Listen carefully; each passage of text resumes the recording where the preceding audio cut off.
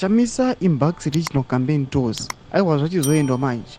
Nyika yose yakangotarisa pana Nelson Chamisa. Noda kuti vamwe vakomana vese vakaoneka kuti vatengesi kubva aiwa kunana Douglas Monzora, kuna Biti, vana Singzo Chabangu, chokwadi chakutongobuda kuti aiwa vakomana vana Washman Mnuve hapamborina vari useless.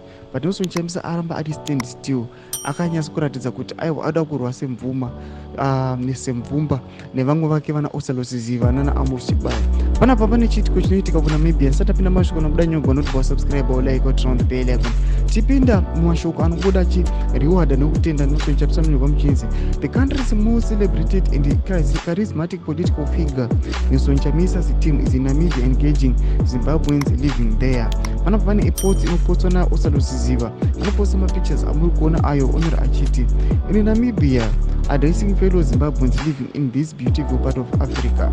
We engaged in a robust and insightful conversations about the current state of politics and the future prospects of the alternatives led by President Nelson Chamisa.